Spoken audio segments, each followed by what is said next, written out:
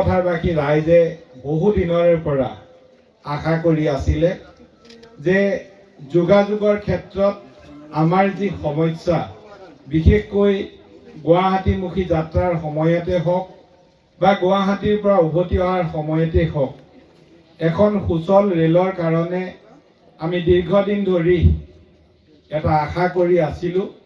আৰু আজি সেই দিনটোত আহি আমি উপস্থিত হৈছোহি, যিটো দিনত জনশতাব্দী ৰেলৰ ষ্টপেজ আমি সৰুপথাৰে লাভ কৰিছোঁ। কেইদিনমানৰ পূৰ্বে বৰপথাৰত BG এক্সপ্ৰেছৰ ষ্টপেজো আমি লাভ কৰিছিলোঁ। গতিকে কম দিনৰ ভিতৰতে সৰুপথাৰ সমজিলা ৰেল যোগাযোগৰ ক্ষেত্ৰত যথেষ্টখিনি আমি এটা সুচল অৱস্থালৈ আহিলোঁ। এইবাৰ যে আমি জনশতাব্দী ৰেলৰ ষ্টপেজ লাভ কৰিলোঁ, এই ষ্টপেজ লাভ কৰাৰ বাবে মই প্ৰথমতে অসমৰ মাননীয় মুখ্যমন্ত্ৰী ডাঙৰীয়াক বিশেষভাৱে ধন্যবাদ জ্ঞাপন কৰিছোঁ। কাৰণ মুখ্যমন্ত্ৰী মহোদয়ে ৰেল মন্ত্ৰী অশ্বিনী বৈষ্ণৱৰ লগত কথা পাতি অসমৰ বহুকেইটা ৰেল ষ্টেচনত যাত্ৰীৰ সুবিধা হোৱাকৈ ৰেলৰ ষ্টপেজ বৃদ্ধি কৰিবৰ কাৰণে পত্ৰ প্ৰেৰণ কৰিছিল। আৰু তেখেতে প্ৰেৰণ কৰা পত্ৰ অনুসৰিয়ে 52টা ৰেল ষ্টেচনত বেলেগ বেলেগ ট্ৰেইনৰ ষ্টপেজ আমি লাভ কৰিলোঁ।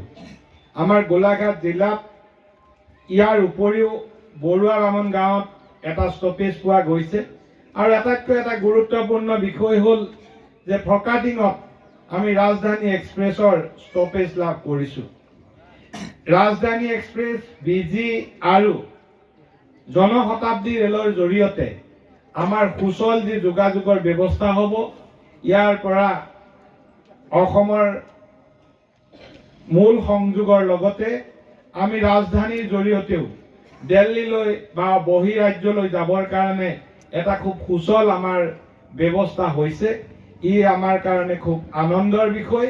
আৰু মই ভাবোঁ যে মুখ্যমন্ত্ৰী মহোদয় যদিও নাই, কালিলৈ মুখ্যমন্ত্ৰী মহোদয় আমাৰ মাজত আশীৰ্বাদ বিচাৰি জন আশীৰ্বাদ যাত্ৰাত বৰপথাৰলৈ আহিব।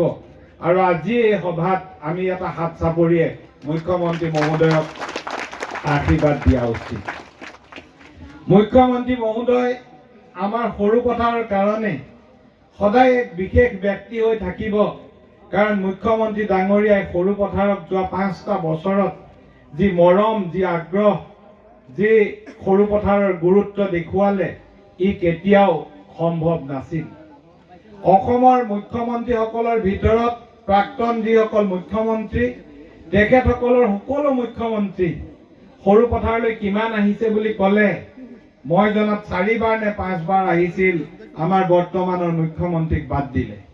কিন্তু আমাৰ মুখ্যমন্ত্ৰীজন যোৱা 5টা বছৰত 8বাৰ সৰুপথাৰলৈ আহিলে। আৰু কালিলৈ যেতিয়া সৰুপথাৰলৈ আহিব, 9বাৰৰ বাবে সৰুপথাৰলৈ অহা এজন মুখ্যমন্ত্ৰী হিচাপে আমি তেওঁক লাভ কৰিছোঁ।